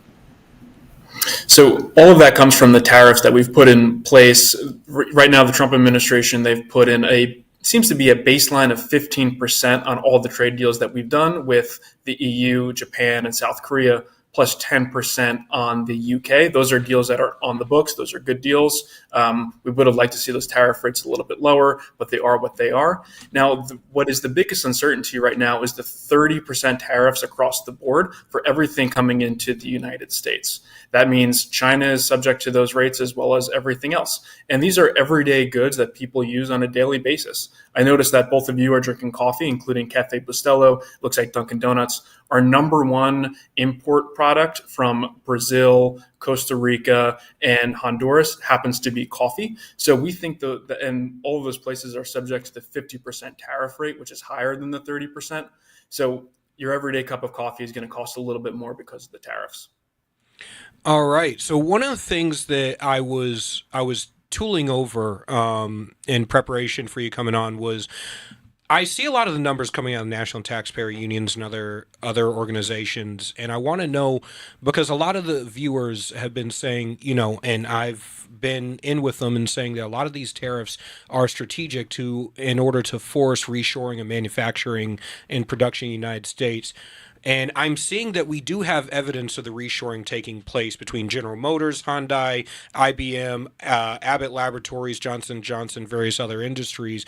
Is that reshoring of manufacturing, those jobs and economic production domestically, going to counteract the tariffs? Are they going to ease the pain a little bit on American citizens? It will a little bit, but I'll just add GM, who you mentioned, they actually had a net loss in the second quarter of this year of $1.1 billion because of the tariffs. They paid $1.2 billion in tariffs, and they had a $1.1 billion loss. So when they import these products from places like Canada and Mexico, it's not the country paying the tariff, it's the importer, and the importer happens to be GM. So either they eat those costs or they pass them along. And I think President Trump is exactly right that we need to reshore manufacturing. And we just don't think tariffs are an effective way to do it. We've proposed a 3-step process to address it. One is tax certainty through the One Big Beautiful Bill. That is now law of the land, obviously. It had a lot of really good pro-growth provisions that'll help streamline American manufacturing. 2 is American energy dominance. One of the top 3 input costs for manufacturers is energy. The last administration put a stranglehold on oil and gas production. With this new administration in here, we're hopeful, and we're already seeing it, that we'll have an American energy renaissance. And the third one is permitting reform. It takes way too long to build a factory in the United States. I completely agree. One of the things I did want to ask is, when it comes to General Motors, how much is that loss is because of their hyper focus on EV manufacturing, which requires us to get a lot of imports from China? I have often been a advocate and stalwart for America has all of the things, resources, and everything we need to create gas combustion engines here domestically without a problem, whereas China is the exact opposite. They have everything they need to produce EVs at low cost, and with the American auto industry through EPA regulations and ESG scores and so on and so forth being forced to get into the EV market, even when the market prior to the market being available here in the United States or widely accepted here in the United States, is that not sinking a lot of their profit? Because I'm seeing GM and other auto manufacturers up their prices of their combustion vehicles to make up for the losses they're getting in the EV vehicles. Yeah, in some cases they are. That's exactly right. And then you noted that we're reliant on China for a lot of these critical minerals. We import about 90% of our critical minerals coming from China.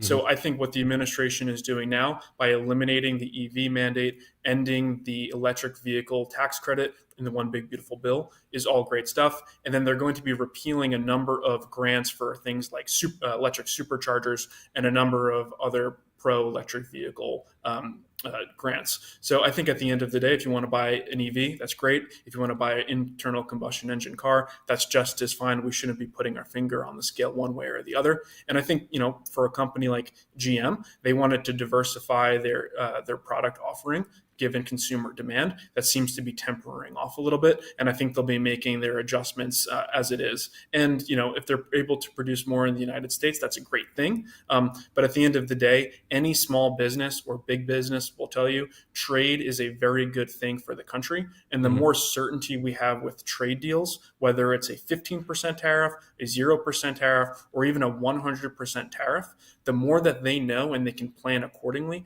the better it will be for them and their consumers. So hopefully the more trade deals we are able to accomplish, the more certainty businesses can have, and they can invest their dollars and give consumers the best products possible. I do want to preface this with a caveat for the viewers. General Motors has not actually reshored yet. They said they're going to reshore, so they are going to take losses up until that reshoring takes place, and hopefully the permitting, as you mentioned, will ease that process and make it easier to build factories and start hiring domestically. So yeah, I think you're exactly right. But and then I've been watching the show since the top of the hour, and you mentioned we can't believe it's almost the end of summer already. They're gonna have pumpkins out, pumpkin spice lattes. I was having a conversation with an importer who's already thinking about Christmas time, and they import artificial Christmas trees from places like China and Indonesia. With these tariffs in place, they're importing them now. And once they import them, they're going to have to charge a higher price this year for Christmas trees than they did last year. And I think that's just one example. The coffee is the other one. Unfortunately, we don't grow coffee in the United States except for Hawaii. So we just need to be a little bit more strategic with the tariffs. If we are going to have a tariff strategy, we just can't have an across the board, 15 or 30% rate. It needs to be a little bit more targeted than what we're seeing. All the more reason to buy American. I mean, that's the simple. I mean, I get the whole thing with the coffee, but I mean, there are so many companies that when they look at the economic landscape in this country, they say, you know what, there's absolutely no financial benefit for us having a manufacturing facility here in the United States. So let's move it overseas. It's a matter of economic survival for these companies. And what would be really nice is to see these companies incentivized to bring their manufacturing bases back to the United States to put American jobs in. First thing we got to do is we got to kick the illegals out, because the illegals are taking jobs and they're taking hourly rates that people, they just don't want to work for. That's the bottom line. Here's the thing. Would I rather pay more money to support American workers, or would I rather pay more money to support businesses that are outside of the United States in the form of tariffs? I got to be honest with you. Okay, either way, I'm taking it up the you-know-what, because that's what we do as American taxpayers. We get gouged. We're ATM machines for political ruling elite. All right, so let's be completely honest about this. So if I'm going to wind up paying more money that's going to go to another company overseas, or I'm going to pay more money to be able to support American workers, I'll take the latter. I'll take the latter any day. Yeah, I can understand that point of view. I think trade has been a very important economic driver for the United States. And then as companies adjust their supply chains accordingly, this has been a really tumultuous time for small businesses and big businesses. Small businesses, they have to think, 2 months out, 4 months out. Big companies have to think a year out. So if you don't know what your tariff is going to be, or if you're even able to trade with certain countries a year from now, it's very difficult for them to plan and deploy capital. And I think that's part of the administration's strategy for how they incentivize or disincentivize American companies from keeping that capital here in the United States. So we're already seeing that. And then at the same time, auto companies and manufacturing places, big cost for them is labor. they're not investing in places like Michigan anymore, where you have the unions having a stranglehold on the production line. They're going to places like Texas, Tennessee, and Kentucky. And I think that's part of the approach too. When you look at the profitability for cars, there's a strategy that, yes, we should look at Mexico and Canada, but we also need to look at more labor-friendly states that don't have the union control like Michigan does. Yeah, I wrote an article on the auto industry and the failures of it. I want to say about a year ago, and one of the things that I dug into deep was the refusal, the abject refusal to manufacture in the United States almost every Dodge. You know, Motor City used to be a staple of the United States back when I lived in Dayton, Ohio, just south of Detroit, and we had a lot of auto factories, and we watched them close down one after the other as manufacturing went down to Mexico or went to Canada, and then all of a sudden, all the American-made autos were no longer made in America. And I think that's a damn shame for American society, not just because our own products aren't made here as, you know, just a staple of Americana, but the products that are being made in these other countries, being incentivized through the EPA and different regulations, are products that the American citizens don't actually want. Therefore, they sit on lots and then they end up getting sold for pennies on the dollar. One of the things I did see, and I don't know if you have looked into it, the EV manufacturing, I saw China can manufacture an EV for so cheap that we could put a 200% tariff on it and it would still come in cheaper than the lowest American production cars because of the stranglehold that the unions have on the market.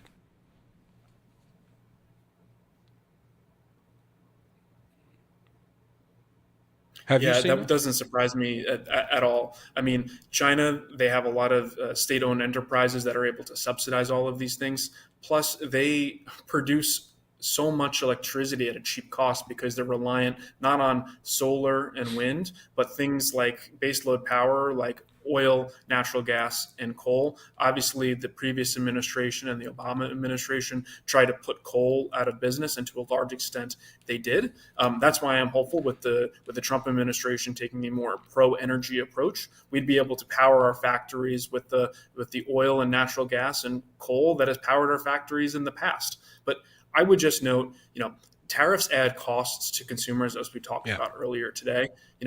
If we can produce parts at a cheaper cost in places like Mexico and Canada, but assemble them here in the United States for an American manufactured car, that's a good thing because it is able to keep the cost of a car as affordable as possible for everyday people. We all know the inflation has gone out of control over the past 5 years. We just think tariffs will add inflationary pressure onto the economy, make it harder for people to purchase things that they want to purchase, and at the same time actually harm job creation in the United States. And in some cases, the tariffs are showing up in the job numbers. Even consumer spending is starting to decline ever so slightly. It's not, we need to hit the panic button, but at the same time, we need to look out that, hey, maybe something is slightly off in the economy, and we need to slightly change course to make sure that this doesn't get out of hand. So what is the policy that the National Taxpayer Union and yourself would like to see from the Trump administration when it comes to tariffs? Would you like to see more of the strategic approach of using tariffs to get other countries to drop their tariffs to mitigate some of the trade imbalances that we have in markets where we could be self-sufficient or we could produce and export more, or and get away from the idea of using tariffs for monetary gain, for revenue purposes? Yeah, I think a little bit of both. I think tariffs are a leverage point that the administration is taking. I think we need to have a specific purpose at the end of the day, and that purpose needs to be zero tariffs on both sides of the Atlantic and the Pacific. We shouldn't be charging other countries 15% just for accessing our market, the same way they shouldn't be charging us 15% to access their market with a whole bunch of non-tariff barriers that they have. At the same time, Europe is going after American technology companies. That needs to end. And I'm hopeful as we see the details of these trade deals come out that that'll be part of the conversation. I think it's great that these countries have said they're going to purchase more American energy and invest more in the United States. That's all great. We're just a little concerned concerned that having a tariff rate that is 12 times higher than it was at the start of the year will ultimately come back to bite us at the end of the day, both adding inflationary pressures to prices, harming jobs in the United States, and then ultimately undermining some of the trade alliances that have been built over the last few decades, I should say. So let's assume for a moment that there actually is no, and I'm just going to call them access fees. Tariffs are access fees. You want to access our, and I like the way you worded it. You want to access our market. We have a lot of consumers. We have a lot of people who spend money they don't have on shit they don't need. That's why the credit card. This is the credit industry is going to come crashing down here not too soon. But you want to get access to all other people that have credit cards to spend money that they don't have on things they don't need. Okay, great. So we're going to charge you 15% or whatever the case may be. What would you see the landscape looking like if there were no user fees and participation fees? If it was just free trade across the board and you could just market whatever you would want to here, what's the downside on that? Because we have to look 2 or 3 steps down. What are the unintended secondary or tertiary consequences of a decision like that? So, I mean, if there's no tariffs or fees or non-trade barriers, I think that's a really good thing. We should want to be able to trade with our neighbors. We're 5% of the world population. We need to be able to access 95% of other markets. I think China certainly needs to open up their market to American businesses and American manufactured goods. But they're stealing our IP, though. That's the one thing that China is not interested in doing business with the United States for any reason other than economic dominance. That's what we want to. That's their whole goal: steal our intellectual property, reverse engineer our technology, and make us dependent on the Chinese. Unrestricted warfare. We have a point that they're stealing our IP. That I'm not going to disagree with you there, and I'm hopeful as they hammer out the details of the trade deal, that'll be part of it. All right. I completely agree. But my contention with the Chinese government and the way they engage with trade is that they have been engaged in unrestricted warfare using their economic production or their economic ability to manufacture at low costs worldwide through their Belt and Road Initiative, entrench other governments, or I should say indenture other governments to their own and supplant the U.S. dollar, both on a trade level, macroeconomic level. How do you see us being able to trade with China, given that they've taken such an antagonistic position towards the entirety of the U.S. government and U.S. economy as a whole? It's difficult to say. I would just say, the way we can bring countries closer together is through mutual exchange of goods. Our farmers, right? They are a solid Republican voting bloc.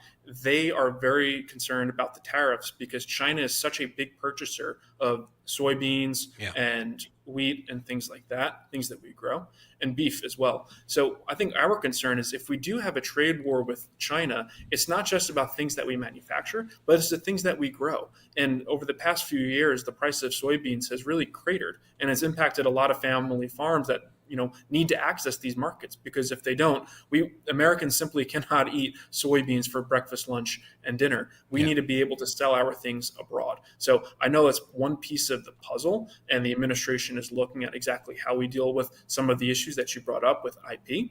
And I think that there will be a trade deal at the end of the day. That's what I'm hearing from our sources up on the Hill.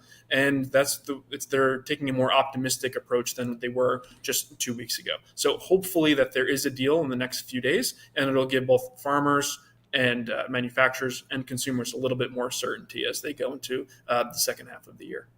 So do you see economic and trade stability, some sort of market stability when it comes to these tariffs coming in the near future, or do you see more instability? I do see more certainty coming into the picture, and I think the Fed sees that as well. I know that they didn't cut interest rates last week, which I think was a misstep on their part. We'll get a little bit more inflation data and another 2 jobs report before they cut interest rates. They decide to cut interest rates. I think the trade deals is one part of the puzzle. The problem is, I think we all expected a zero. We want 0% tariffs on both sides of a trade deal. That doesn't appear to be the case. It seems like the new baseline is going to be 15%. Now, the importers will pay that 15% tariff rate, so it's going to bite into their profits, at least for the next year or so. And then they're going to pass some of those costs along to consumers. So it's really hard to see what the full impact is going to be because, like I said, the importers are going to pay it. Will they eat 75% of it, pass 25% along to the consumer, or will they pass the full thing along to the consumer? It's really difficult to tell, but hopefully as more of these trade deals become finalized, that picture, that puzzle will become a little bit more clearer, and we'll have more data to determine, do we need to cut rates or keep them where they are? Thomas Aiello, Senior Director of Government Affairs for National Taxpayers Union, joining us on Granite State Live. Here, one of the concerns that I would have with this, and if I were a major manufacturer outside of the United States, it's only a matter of time. This is a waiting game because I know in 3.5 years, Trump's out. That's it. And so if we wind up having Democrats that wind up taking over in the White House, or if we wind up having a Democrat majority, or if we wind up getting shellacked in the midterms, because never ever underestimate the ability of the Republicans to lose. You're going to wind up having a changing of the guard or a changing of the control in Washington, D.C. means a change to these policies, or these policies literally dead in the water. Do you see a lot of conforming to these requests, or do you see more of it, hey, you know what, we're going to wait this out because this is crazy, and sooner or later we know we're going to have a more globalist president in the office, and so we don't have to worry about this come 3 years down the road? You raise an interesting point, and I'll just point to the EU trade deal. They'll be purchasing natural gas and energy, at least for the next 3 years, a $750 billion deal. It's interesting that they chose that timing, so it'll run out in 2028. But at the same time, at least we'll have that clarity for the next 3 years that the tariff will be 15%, I should say, plus the $750 billion purchases of American LNG. It's a little bit more tricky for them to change their suppliers after 3 years, especially as they build that gas infrastructure to account for American gas rather than Russian gas. So I would say that, for that trade deal, at least, I don't see that those changes or those provisions would change anytime soon. It's interesting when you look at the changing of the guards, and I mean, you can say this for anything, whether it's taxes or whether it's Second Amendment issues or tariffs or manufacturing or just the economy in general, even inflation. It used to be that, for the most part, you had a Democrat that was in office, you had a Republican that was in office. Okay, maybe you're looking at a little bit of an increase in taxes, maybe not, but life really wasn't going to change.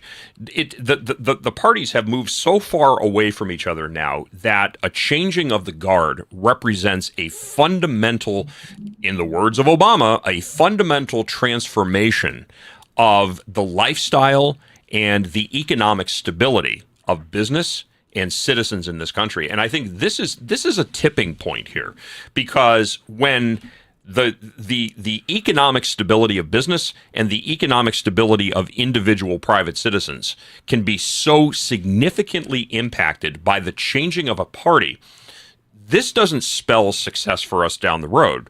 And, like any, good political pundit, I'm not looking at next year or 2 years down the road. I'm looking at 10 years, 20 years down the road, because the policies of today are going to be indicative of what we're going to see magnified 10 years, 20 years down.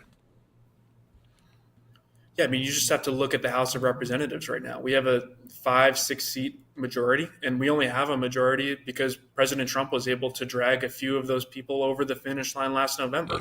And if that didn't happen, we wouldn't have been able to get the one big beautiful bill passed. We also wouldn't have been able to even consider a second reconciliation bill to address our national debt, or pass a rescissions bill to claw back some of the Doge findings from Elon. And I'm hopeful we'll have more of those to come over the next few months as well. So, I think as we look forward at more trade deals, there needs to be a recognition that if we say it's going to be 15%, we stick to that, and we don't try and change and reopen the trade deals as we move along. And I think that would give a lot of certainty to places like Japan, who have said, we're going to invest $500 billion into the United States. We expect a 15% tariff on our products. But if the president were to say, actually, I want it to be $600 billion, and if you don't do what I say, we're going to raise the tariff to 25 or 50%. I think that's where it gets a little bit tricky, and also makes it much more difficult for allies to trust what we have to say, and makes deal making that much harder. So hopefully, the president understands that if we make a deal, we need to stick to the deal. Thomas Aiello, Senior Director of Government Affairs for National Taxpayers Union. If people want to check out your website, what is the URL for that? They can go to ntu.org. That's N as in national, T as in taxpayer, U as in union.org. All right. Thomas Aiello, a New York Yankees fan. We're not going to hold that against him. Thank you so much for being a part of the program tonight. Certainly appreciate your time, sir. Thanks, guys. Thank you. All right, and that is going to do it for this week's edition of Granite State Live. Great to be back in the captain's chair here tonight. So I will definitely be back next week as well. Thanks to Julian for holding the fort down here for the past couple of weeks, and we want to thank you guys for tuning in as well too. GraniteStateLive@gmail.com. That's GraniteStateLive@gmail.com. If you would like to send us lots and lots of rhetoric-based hate mail, that's where you can send it to. Also, leave us a message, 833-603-8255. That's 833-603-8255. Make sure to follow RAM TV, that's Right America Media, on all platforms. Make sure to reshare, like, subscribe, all that good stuff. We'll see you next week. All right. Be safe and be nice to one another, folks. Civility does work. God bless everybody.